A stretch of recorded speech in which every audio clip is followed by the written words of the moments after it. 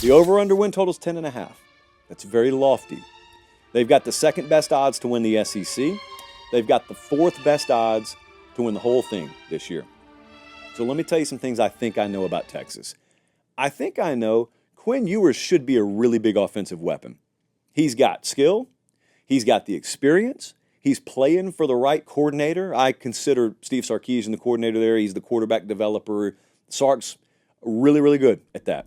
The Texas Longhorns have shown lots of promise the last few seasons, but last year, they really broke through into becoming one of the top-notch programs in college football. I really feel like when they beat Alabama at the beginning of last season, that was the moment where it was like, Texas football has arrived. I know everyone, of course, wanted them to win a national championship, but I really think Texas is here to stay, and in this video, I want to break down what you can expect from the team in 2024. I'm going to talk about some of the specific players and so much more. But before I begin, I would really appreciate it if you would drop a like and subscribe. It only takes 5 seconds, plus you can always change your mind. We are now on the road to 1,000 subscribers, and with your support, I believe we can get there super fast. Alright, so I've never made a video about this team before, so I want to kind of talk about some of the specific players on both offense and defense. So starting back with the quarterback position, the offense, Quinn Ewers is going to be the leader of this team. He has really embraced and is really stepping into that role this year. He already had a players only meeting. We are really seeing a lot of big steps from Quinn from a leadership position. And I can't wait to see how it translates on the big stage. And when Quinn is on and is in a groove, everything he does looks so effortless. He looks like he was born to play quarterback. We saw that in the Oklahoma game when they won 49-0 and the 2 Alabama games. Everything just looks so fluent. Next up, let's talk about Jaden Blue. I think he is going to be sending shockwaves throughout college football this season. I'm excited to see what he can do as that workhorse type of back. I think he's going to surprise a lot of people and he's going to put his name on the map. And he's the type of player that can show some flash and get those big gains. He's like one of those guys you pull out a few times a game when the defense is worn down from the other backs. Now for Isaiah Bond, his big value in this Longhorns offense is his ability to make those contested catches and come up with those 50-50 bombs. I think he could really become a big target for Quinn Ewers, especially in the red zone. And when you think of Bond, you automatically think of that 4th and 31 play. Next for Silas Bolden, he's the type of receiver that I think can sort of step into that Xavier Worthy role. He can truly do it all. He's got the speed, he's got the physicality, his route running is really fluid. I think he can be a secret weapon. And he's going to be everywhere in this offense and even on special teams. Whenever Steve Sarkisian can get him the ball, he will, and he may be small, but he plays a lot bigger than his size. Now for DeAndre Moore, some of you may disagree with me on this, but we saw him playing with the ones a bit, and he is your classic old reliable type of guy. He's a savvy route runner, he's become a very consistent target for Quinn, and he's the type of guy you love to have in your locker room because he's the first one in and the last one out. He's super dedicated to his craft, and I can't wait to see what he can do on the actual field this season. Next, let's talk about the projected starting tight end Gunnar Helm. He's a pro in the way he prepares. He's a guy as a young kid playing football that you should look up to. He's super consistent with his workouts. He's where he needs to be when he needs to be there. He's a better blocker than JT Sanders. I'm expecting a pretty solid year out of him. And not many guys are willing to sit for 3 seasons, but he did. He knows everything there is to know, and now it's his time to shine. But let me know what you guys think.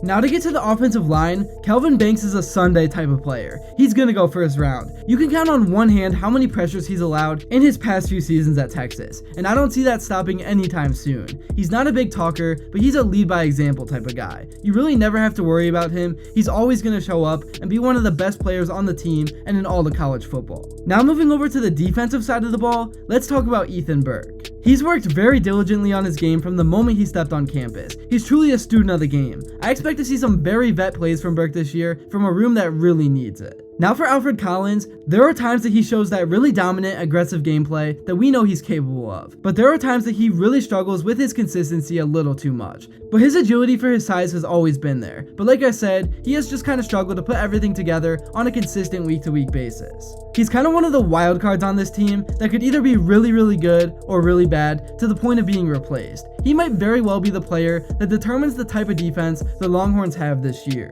Next up, we have Vernon Broughton. He's in a sort of similar situation with Collins. We see spurts of his athleticism, but there are times where he becomes non-existent. Texas fans are really hoping he can be that force that can disrupt the run game. One of the things that came out of the most recent scrimmages is that he has a very noticeable quick first step. Now for Barron Terrell, he's a very solid player. He's always involved in every play. He flies around the field. I think having deeper talent in the room this year has elevated his game because iron sharpens iron. I just think we will see Barron be more consistent this season than we have ever seen before. And he has that takeover capability where every now and then he can become a complete game changer. The Longhorns really need to see more from their edges this year from what we saw last season. Trey Moore is also kind of a hidden gem in the edge room. He doesn't look like a scary or super aggressive player, but he's a special talent, and I think when it's said and done, he could very well lead the room in sack. I think he's gonna wreak some havoc against those SEC offenses. To me, Texas will not win a championship without having really good defensive line play. Alright, a few more guys left. Let's talk about Anthony Hill. He is the staple of this defense, and this could very well be the year that he solidifies himself as that glue guy. He has a natural freakish ability, and he's going to make it known to everyone that he is not a guy to mess with. And a bold prediction is that he could win SEC Defensive Player of the Year. Next up, Jahdae Barron. He is the veteran in the secondary. He's got all the experience. I expect him to help out the guys around him. He plays tough, he's aware, and Texas needs him to step up into that vet role. Alright, now moving on, let's look at the schedule that the Texas Longhorns have to play. I know the landscape of college football as a whole is going to be different this season with the new playoff format, but I still think teams are really going to push for and prioritize one of those top 4 spots. With Texas playing in the SEC, that creates a lot of big and exciting matchups. They play Michigan in week 2, and currently right now they are ranked number 9. Week 6 they play number 16 Oklahoma, then the following week they play Georgia, in what honestly could go down as the game of the year. And they also end the season facing Florida, Kentucky, and Texas A&M. I think it's realistic to expect Texas to lose at least 1 or 2 games with this schedule, which will still be good enough to get to the playoffs, and they will be super battle tested and ready to go by then. Either way, I think we all just need to take things one step at a time. Week 1 is against Colorado State, and that's where the focus should be. We all know in this sport how many teams look past their opponent and on to the next week, and so many times it backfires. That's really all I have to say for this one. Let me know in the comments below how you are feeling about this team as we approach week 1. And if you made it to this point and haven't yet, please be sure to drop a like and subscribe because your support truly means the world. And until next time, I will see you all later.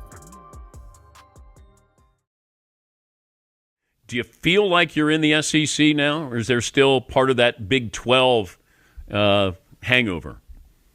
Well, I think once you go to league meetings in the spring down there in Destin, you definitely feel like you're part of the conference. The SEC does everything big, and then naturally with the media days and doing media days in Dallas, you could feel the energy, the excitement, and so. But we'll find out more when the season comes around. We got to start playing these games week after week.